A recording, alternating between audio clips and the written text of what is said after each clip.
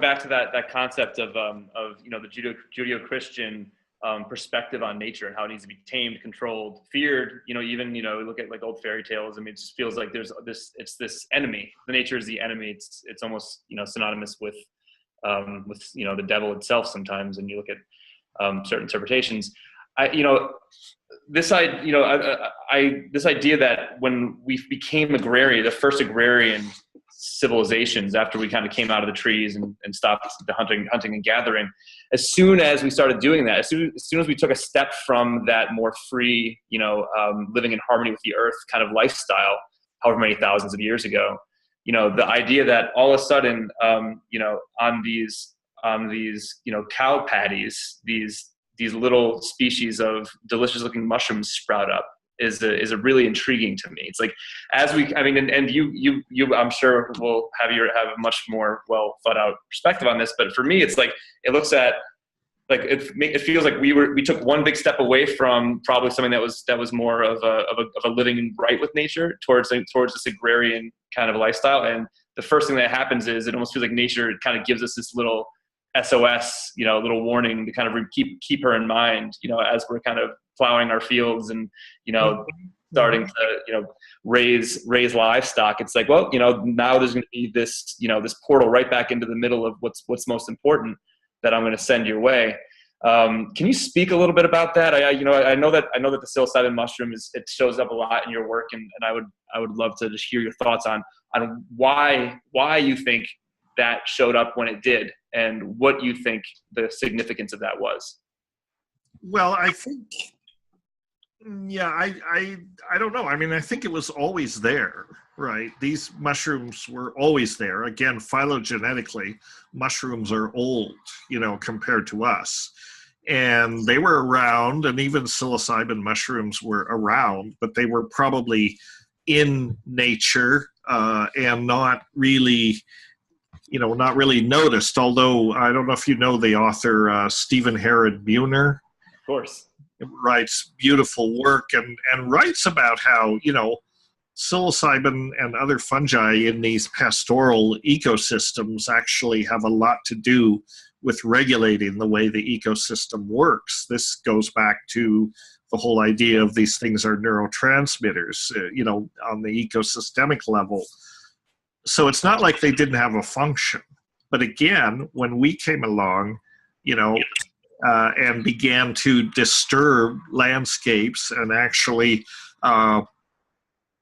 sort of impose our agrarian footprint on those things, we're disturbing the landscape. And it's interesting about psilocybin species. They're invasive species, right? They love nothing more than to colonize degraded areas, where you've cut things down and you've got, rotting material, and so these impacted landscapes, suddenly they'll show up, because, and so unwittingly, we have created these habitats that are perfect for mushrooms, and suddenly they seem to be everywhere. Nobody noticed before. I mean, the good example of this is like Vancouver. As the British Columbia is home. There's about 30 species of psilocybin mushrooms that are native to that area. Most of them, you would never notice them. They're in the forest. They're difficult to find, but they happen to like growing on bark mulch. So, an institution like UBC, they buy bark mulch by the ton to landscape their gardens and so on. So all of a sudden you have psilocybe cyanescens showing up in these landscape areas in great abundance. And people are going to notice those things. I mean, you can't not notice them. So it does seem to, maybe it's coincidental, maybe it's an accident, or maybe there's more going on here than we know. But certainly, it seems like the more we disturb the landscape, the more sort of visible these things come and sort of, tempt us, say, here I am, look pretty good, give me a nibble, so who knows? But that does seem to be going on. I had a friend when I lived in Vancouver, mycologist fellow, and his hobby was to go around and, he would grow mycelium out on bark mulch of some of these outdoor growing species. And then on a given weekend, he'd just go around to parks and things and just seed them, and just make sure they were there, which I thought was, a good citizen, a very good thing to do. Even though the mushrooms really didn't need his help, but he was feeling like he was contributing something. So, yeah. So he had this whole little symbiotic relationship going with these different mushrooms. It was interesting to go to his house because he had most of these species in some stage of fruiting, in his backyard. So it was like fairyland or something. Oh my gosh. I mean, it feels like it goes along. That was the end of our matrilineal or matriarchal way of living. Kind of ended right around the rise of the Judeo-Christian, religions booming in the world. And I'm just wondering, do you think that this idea of the psilocybin mushroom, this idea of sacred plants, is at odds with the patriarchal world that we now see, and is it sort of the answer? Is it sort of calling us back to something like that? I know this is getting a little bit more, maybe a little more woo-woo than we normally talk about, but I just wonder what your beliefs are on that. Is this something that is supposed to be a correction, not only in our own psyches, but in the way that we're arranging our civilization, and who's in charge, what in gender wise, as we move forward? Yeah, I think that, it's not accidental, that with the rise of the patriarchal religions and the whole Judeo-Christian perspective, the salvationist religions, it's not that these more matriarchal and ecstasy-based and pagan, nature-based religions just faded away. No, they were actively suppressed, and every effort was made to stamp that out. And it's been, that was the beginning of the war on drugs, and the war on anything based in biology. What you get with Judeo-Christianity is basically a denial of biology and the denial of the intrinsic value of nature, a denial of the pleasures of corporality in a certain sense of, that anything is important. Our reward is in heaven. Our reward is in the afterlife. That's what we're told, and nothing else matters. And I think that's, I think that has really poisoned civilization, and it's led us to the place that we are now, and yes, these messenger molecules like ayahuasca and psilocybin, even cannabis to a certain extent, these things are, like, indigenous people call these plant teachers. I think it's a very apt way to characterize them, and the plant teachers are getting a little hysterical in their efforts to get the message out. This is why you see this happening. It's going global because on some planetary level, I think that Gaia senses that there's danger to the whole show, the stability of the whole planetary system. And for whatever reason, these neurotransmitter containing plants and fungi have been sort of delegated to try to wake up the monkeys, talk to the monkeys, make us realize, make us sort of wake us up again to our relationship to nature, and make us sort of, it's a wake-up call to how estranged we become from nature. Our main challenge, I believe, in the 21st century is, we have to effect a global shift in consciousness, a global shift in our understanding of our relationship with nature. Number one, understand that we are not running things, and we need to be part of the solution, not part of the problem. We need to listen to these plant teachers and make changes on a global scale. But the first change is we have to wake up. We have to acknowledge that we've gotten seriously off track. there are solutions. But until we acknowledge that, until we do wake up, then it's hopeless. So they're catalytic influences on consciousness, basically. We have to change this perspective, then we can begin to make changes. And it has to happen on a global scale, and it has to happen quickly. You know, that's the worrisome part. I think that, you know, you look at the way that ayahuasca, for example, has suddenly, it's like it's suddenly emerged on the global stage. I think it's a measure of the sort of the urgency of the message that they're trying to get out. I think it's interesting, you know, what you mentioned about these,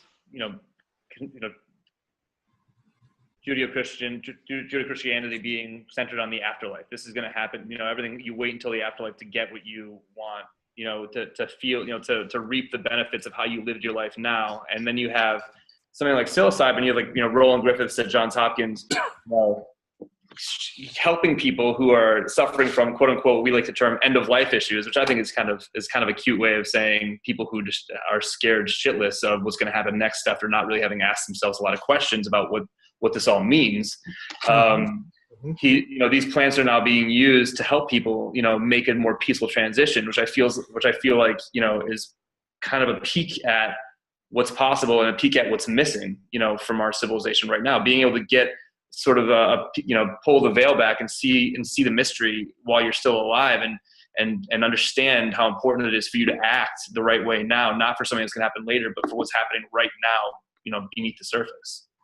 Yes, exactly. I think that,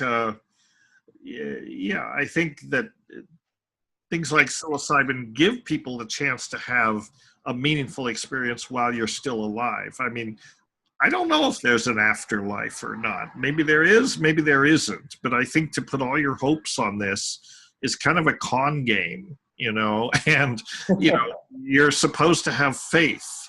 And I don't have much use for faith personally, because having faith is like being asked, believe something, even though there's no evidence for it.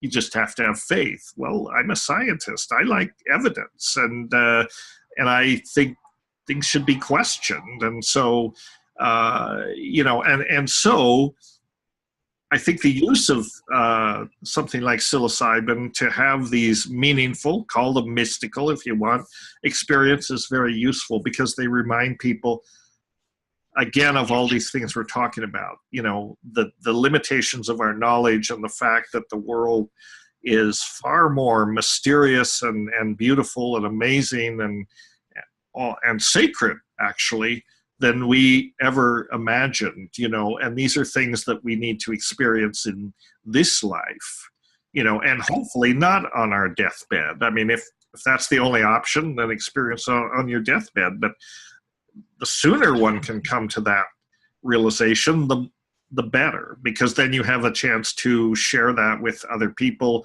I think it changes the way you relate to your loved ones. It changes the way that you relate to nature and your existence. You know, we're very, as a species, we're very prone to look at the future and not value the moment. And what's coming out of some of this psilocybin research, people in terminal states like cancer and so on, they have these experiences, and you would expect that their response is, well, now I'm not so afraid of death, you know, and that is a part of it. But mostly the insight that they come away with is something like, I was terrified of dying. I know I'm dying, but I'm alive now. You know, I'm alive now. And now is the point, is the time to focus on the fact that I'm alive, and okay, I'm dying, but aren't we all? You know, sooner or later, nobody gets out of this alive. The important thing is to value your life in the moment. That doesn't mean you can't make plans, but just appreciate your life in the moment and the people that you love, and just simple things, you know, that we experience. I do not understand why. I mean, I do and I don't understand, but it seems like religion, organized religion, is so concerned to make sure that nobody ever has a meaningful personal experience. I mean, that is like Krypton to Judeo-Christian. You know, it's like, it's not for you. We're just ordinary schmucks. We're not priests.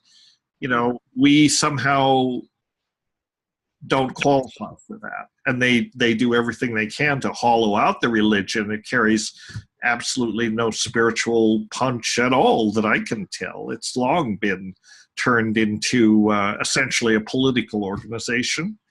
It's more concerned with controlling people's behavior than bringing them close to any mystery. So what good is it? I mean, it's comfort. It's comfort for some people, but it's a false comfort in a certain way. You know, and it's unfortunate because, people could be having genuinely meaningful experiences, a more, realistic way of relating to their existence as human beings, their relationship to other people, their relationship to the planet.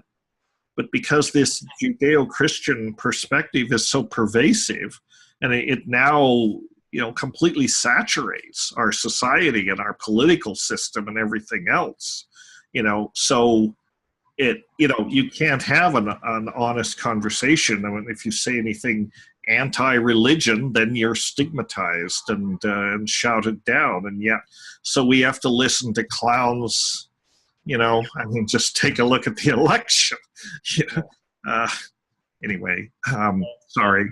It's all fear, but it's like fear and ultimate pleasure. It's like it's totally polarized. It's like, here's the terrible things that can happen to you, and here's all these amazing things that you can get if you just behave yourself. It's like it's treating this population like children, and I feel like we've sort of deteriorated, into children. Childish consciousness. This is what the powers that be would like, because children, if they're good little children, they do what they're told, right? And so we're the troublemakers. We're the ones who are saying, but mom, what about this and what about that? Oh, shut up, Johnny. Don't ask too many embarrassing questions,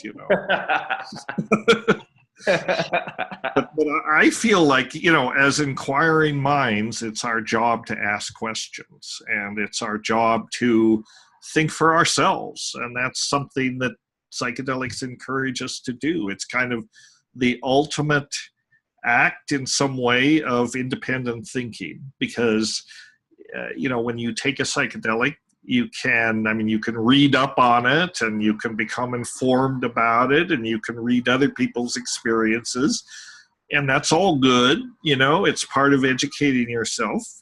But when the rubber meets the road, it's the encounter between you and the teacher, and that's not something you can have somebody else do for you. That's something you have to do.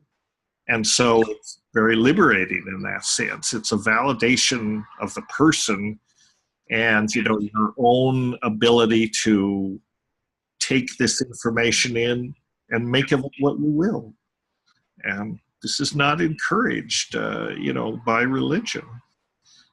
How do you, personal question, how do you shut off your science brain I'm sure ceremonies are different for everybody, but for me, my enemy in the intense ceremony, whether it's ayahuasca, whether it's a sweat lodge, is my own talk, my own analysis and thought of what's going on in front of me. That can most of the time, makes things a lot harder.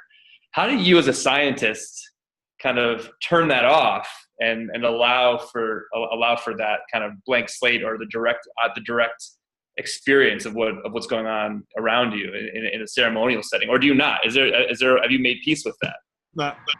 I don't know that I do. I'm often not very successful at that. I think a lot of us have that because we are so burdened with this idea of point of view, separation from what you're observing is so baked into us that it's very hard to get away from it. I don't think indigenous people have this problem.